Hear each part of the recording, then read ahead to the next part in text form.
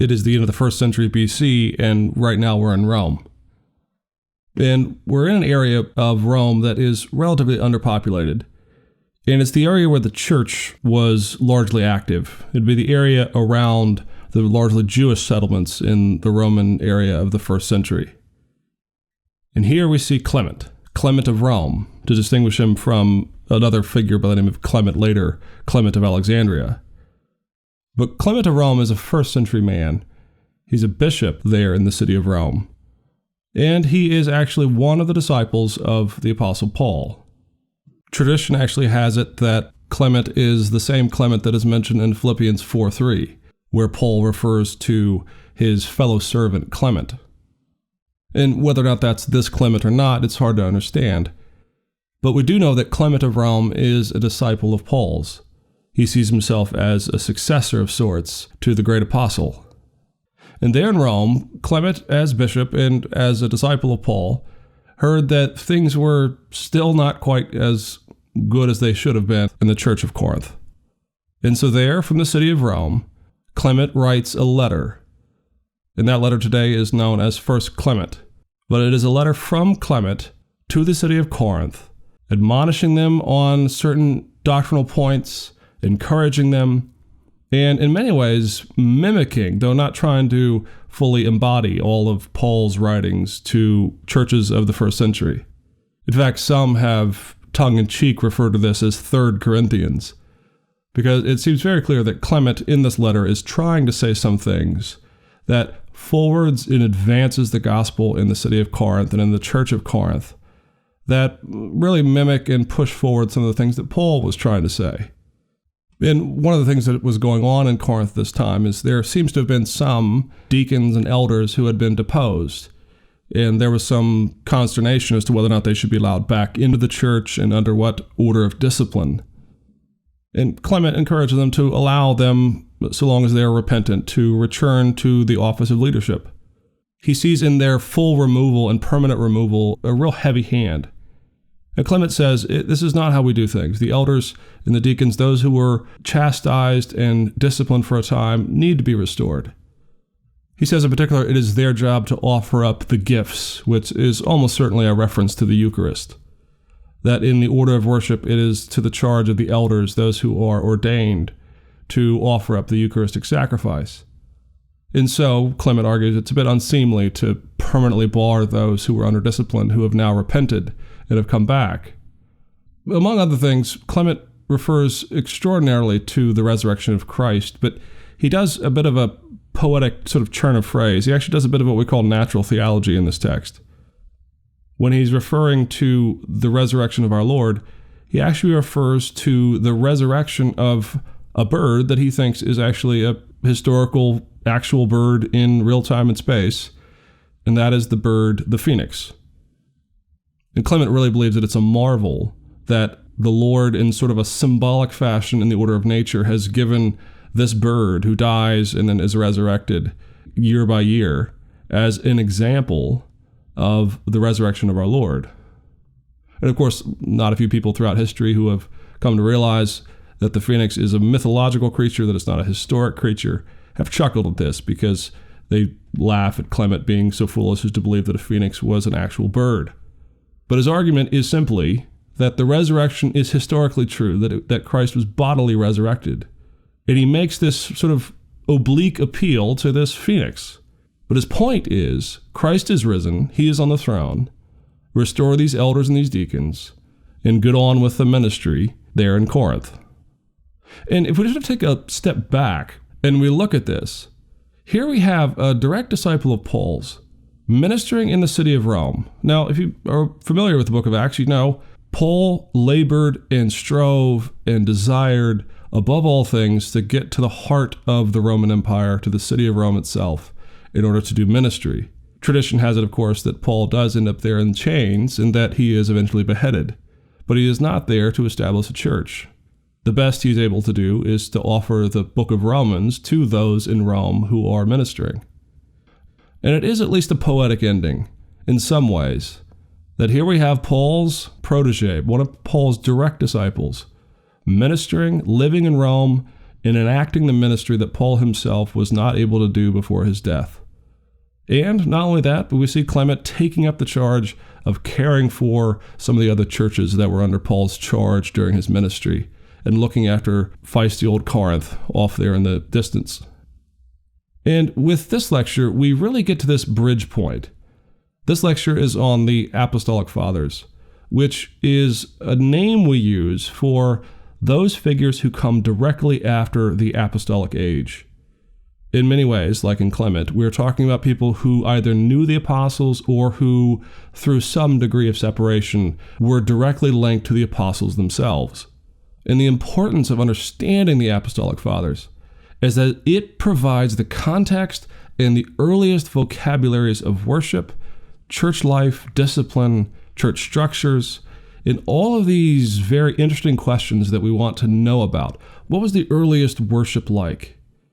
Often we don't have a lot of documentation of what happens after the book of Acts for some time.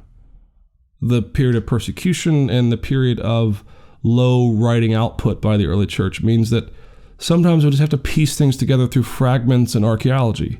But when we look at the Apostolic Fathers, we have in written form, though not as much as we'd always like, but we have in written form the earliest evidence of the earliest church. And we need to begin by reminding ourselves of the context.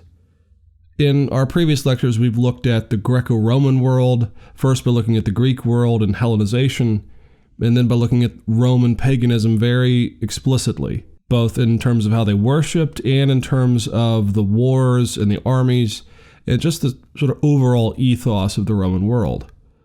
And we even looked at some of the Roman philosophies and the Greek philosophies that were at least dominant over the centuries of the time, either prior to the church or during it. But the church right now is dealing with two contexts that it has to sort of wedge itself between and distinguish itself from. On the one hand, there is Judaism, and the earliest church struggled to define itself over and against the Jewish church. This is not hard to believe if you look at the book of Acts.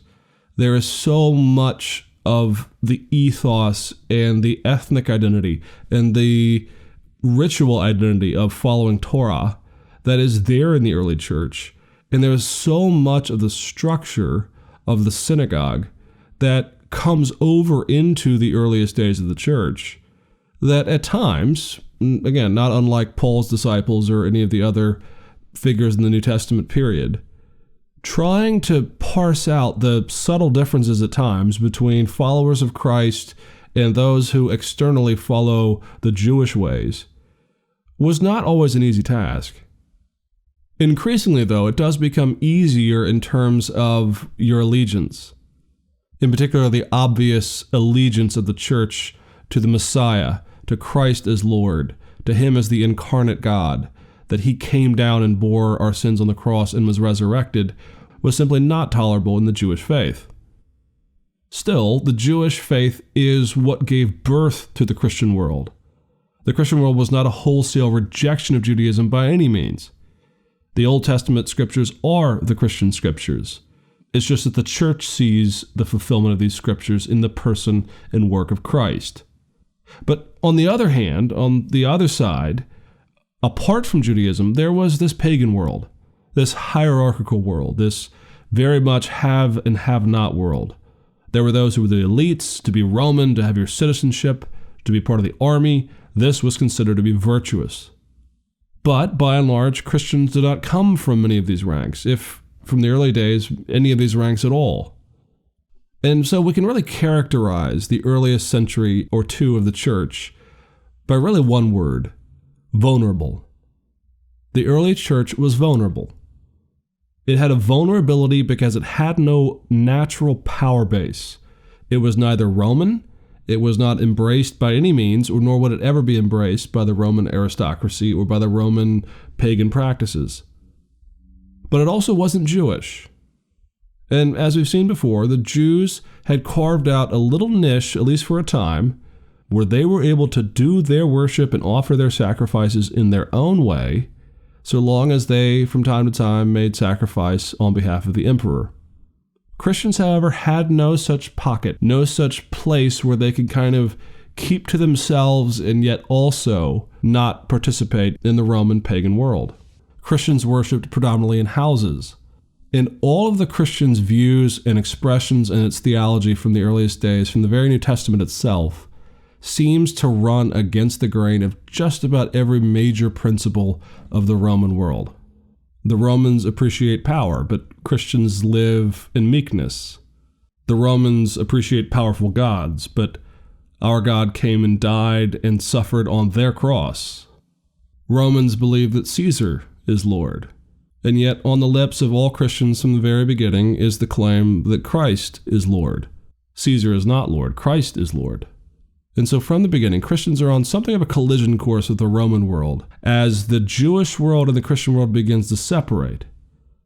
And so all of these things are happening roughly at the same time, and there really is no single moment when these things begin to unravel. When Christianity more and more separates itself from the Jewish synagogue world and from the ethos of early Judaism, and when it becomes more and more the anathema of the Roman peoples as a pitiable, foolish, weak religion. But there are some indications. The Jews themselves, for all of the peace that they had carved out for themselves, over time increasingly came to loggerheads with the Roman state. And there was, in fact, the Jewish War, which in AD 70, of course, culminated in the destruction of Jerusalem itself and the entire destruction, save for the Wailing Wall that still stands, of the Jewish temple. Now, what did this mean for the early church? Well, essentially it meant that the church transitioned, as it already was, with the ministry of Paul, from a more Palestinian-focused ministry in and around the area of Jerusalem to a ministry that we might as well describe as a ministry to the diaspora, to the Jews who were further afield, who were more in the far-flung lands of the Roman world, as well as to the Gentiles of those regions as well. So as Rome and the Jews come to war, Christians find their expansion and their opportunities for ministry growing on the outreaches and in the furthest areas of the Roman world. Exact numbers and expansion statistics are almost impossible at this point, but we can have some sort of round numbers. In the first 10 to 15 years after the death of Christ and his resurrection, the earliest church was really focused around the areas of Palestine and Syria. By the time you get into the early 2nd century, though, you start to see that the church has expanded rapidly not only beyond the borders of Palestine and Syria, but all the way into the heart of Rome and even up into modern-day Gaul itself in some areas. So if you just look at the map, the church has gone from Jerusalem, essentially, and it has expanded all the way through Asia Minor, through parts of Greece, and into Rome, and up beyond Rome into the furthest reaches of the Roman Empire. And it is within that expansion of the early church that we really see the flourishing of the Apostolic Fathers themselves. Now, who were the Apostolic Fathers?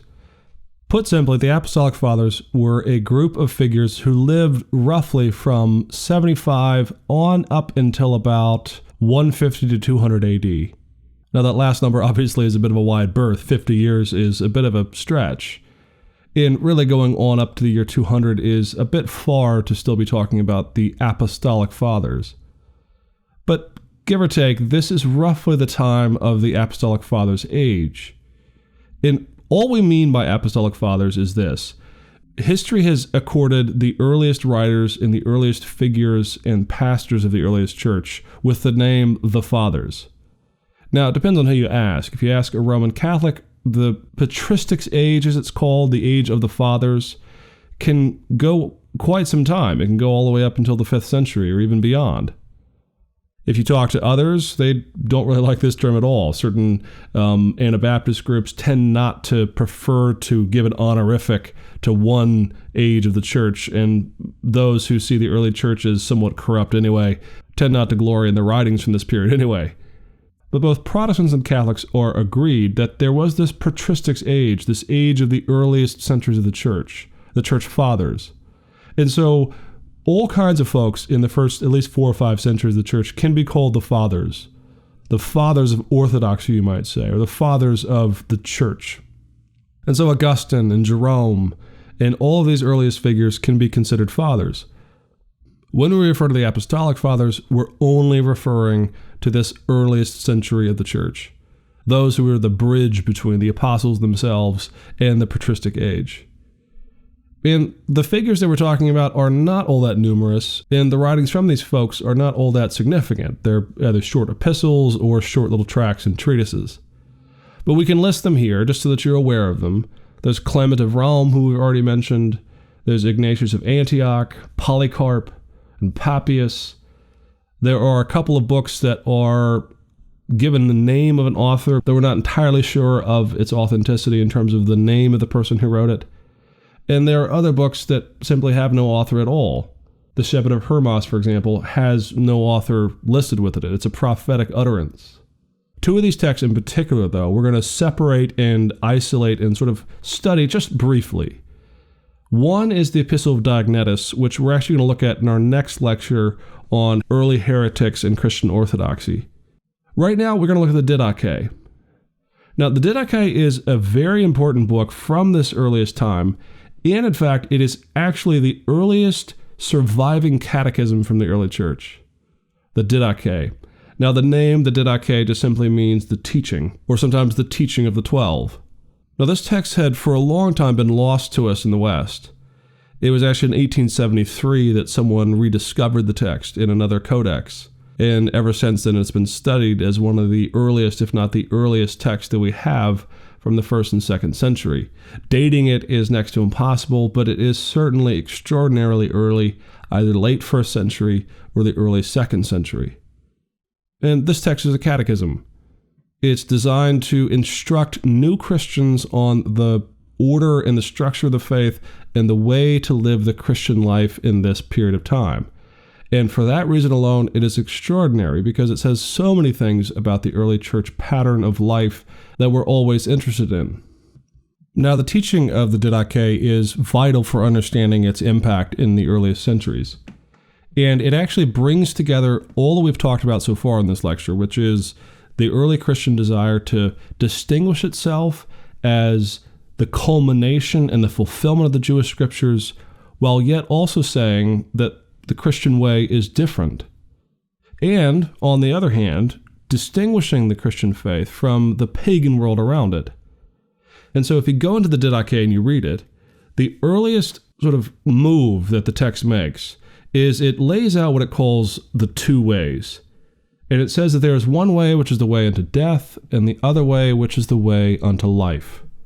And it opens in a very strikingly Jewish way. It opens with the Shema, the call in Deuteronomy and elsewhere in the Old Testament that hear, O Israel, the Lord our God is one. It opens with this. And then it goes on to list the greatest commandment, that we should love our neighbor as ourselves. And it goes on down a list of programmatic comments, really, about the ways that Christians are to live their lives. It then, next, transitions to a number of prohibitions against activities or engagements with the world around it that Christians were supposed to take care and distance themselves from. They were, for example, to avoid things like murder and adultery, sexual promiscuity, theft, very sort of earthy ethical things. Then there were other things that were listed that are clearly coming from the Roman pagan world, things like magic, sorcery, infanticide, abortion, perjury, coveting, all these things that are part and parcel to some of the Roman ethos. It even speaks about not bearing false testimony, about not holding grudges, not being double-minded, acting as though our yes is our yes and our no is our no. In other words, the Didache is calling for Christians to be upstanding citizens in the context of the ancient world, that they do not participate in the things they consider to be idolatrous, but on the other hand, they will not be vindictive, oppressive, backbiting kinds of folks who are after their own gain and against that of their neighbors.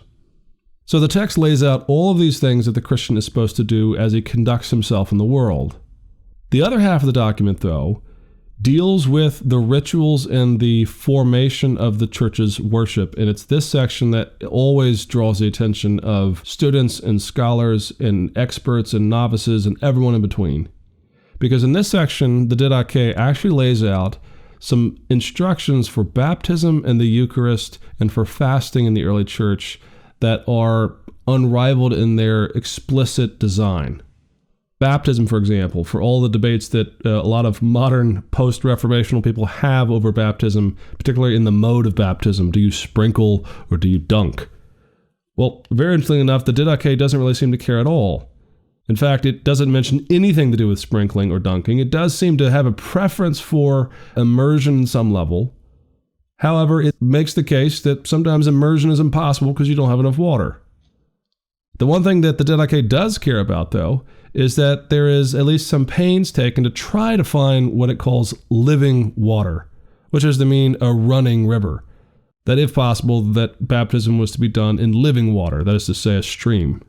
Now, the Didache does not cast anathemas on those who are unable to do this. It just says, if you're able to do this, that's fine. He also says that those who do the baptizing and those who are to be baptized should fast for at least a day or two beforehand to prepare their hearts and minds for what they're about to undertake. He says if immersion is impossible in living water, that's fine, just pour the water 3 times over the head.